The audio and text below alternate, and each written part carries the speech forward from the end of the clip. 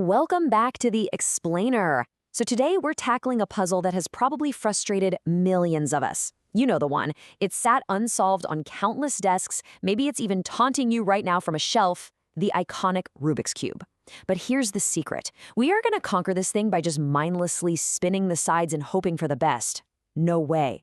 We are going to conquer it by learning its secret language. I know. The intimidation factor of the cube is absolutely off the charts. You look at those 54 colored squares and it just feels like total chaos, right? But I promise you, by the end of this explainer, that chaos is going to turn into pure clarity. We're going to break this seemingly impossible puzzle down into simple, manageable, and highly logical pieces. I actually want you to completely shift how you view the cube. Solving it is exactly like learning a brand new language. You don't just start by writing a novel out of nowhere. You start with an alphabet. You learn how to put those letters together into words, and then you build sentences. The notation is our alphabet. And once you speak it, you're tapping into this incredible universal language shared by cubers all over the world. Okay, so here's our roadmap for today. We'll kick things off with the universal cubing language, then move into reading cube algorithms, lay down the golden rules, and finally build our foundation with the white cross and the first layer. Let's dive in. Section 1, the universal cubing language. All right, so these 6 letters, R, L, U, D, F, and B. These are the absolute core of our alphabet, literally all you need to start solving. Each letter simply represents one face of the cube. Right, left, up, down, front, and back. Whenever you see just the letter by itself, it means one specific thing. Turn that face 90 degrees clockwise, exactly as if you were looking straight at that face. It's incredibly cool how these abstract letters translate directly into the physical 3D space. Just follow the arrows. An R move pushes the right face up, and a U move spins the top face to the left. If you have a cube handy, visualize looking straight at the face the letter represents, and just turning it like a dial to the right. Section 2, reading cube algorithms. So we know R means a standard 90-degree clockwise turn, kind of like opening a door toward you. But what if we need to go backward? Well, we use a prime symbol, which looks just like an apostrophe. So R prime means counterclockwise. Just think of that little apostrophe as a rewind button, literally undoing the exact move you just made. And any face can have a prime attached to it. Now, what about making a bigger turn? When you see the number 2 right after a letter, something like R2 or U2, it simply means turning that face 180 degrees, basically 2 quarter turns.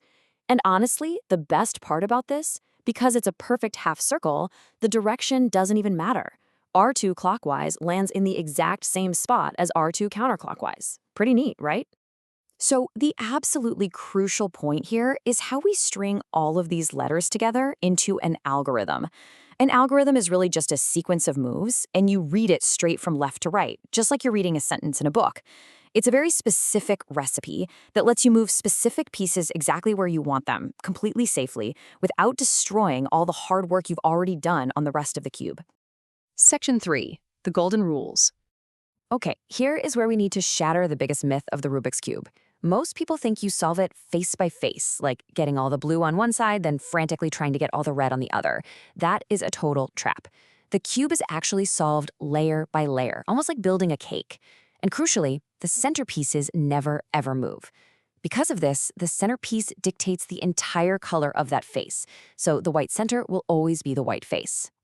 I absolutely love this physical tip. Try doing this on your cube right now. Touch a centerpiece. It only takes 1 finger, right? Now pinch a piece on the edge. That's an edge piece. It takes 2 fingers, and you'll notice it has 2 colors. Finally, grab a corner. It takes 3 fingers because it has 3 colors. This little exercise proves you aren't trying to wrangle 54 random colored stickers. You're actually just organizing 20 distinct physical pieces, and each one has a fixed identity that never changes. Section 4, building the white cross. Notice the strictness of our goal for this step. We want to surround the white center with the 4 white edge pieces, but we absolutely must match the secondary colors of those edge pieces to the centers on the sides of the cube. Oh, and we are completely ignoring the corner pieces for now. If a corner happens to have white on it, literally just pretend it doesn't exist. When you get it properly solved, the white edge forms a perfect line with the white center. But beautifully, the red side of that same edge piece perfectly aligns with the red center, and the blue aligns with the blue center. This step is largely intuitive, and honestly, it's probably the most difficult part to wrap your head around at first. But once you achieve this, your foundation is perfectly set. Section 5. Solving the first layer. We always want to keep the end state in mind. When we finish this step, the entire white face will be solved. But more importantly, check out the sides. It forms a contiguous T shape with the adjoining center colors. The blue row perfectly matches the blue center, the red row matches the red center. Remember, we're solving a structural layer here, not just making a single colored face look pretty. Let's break down exactly how this builds step by step. Keeping our white cross on the bottom, we look at the top layer to find a corner piece that has white on it. For example, a red, white, and blue corner. We just rotate the top layer until that specific corner sits directly above its destined home, right between the red and blue centerpieces. And here is exactly where our new language pays off. To drop that corner straight down into its correct spot without ruining our beautiful white cross, we use our first real algorithm, R, U, R prime, U prime. Right clockwise, up clockwise, right counterclockwise, up counterclockwise. It's this magical 4-move sequence. You might have to spam the sequence 1, 2, maybe even 5 times, but eventually that corner is going to drop perfectly into place, correctly oriented. Seriously, look at what you've accomplished.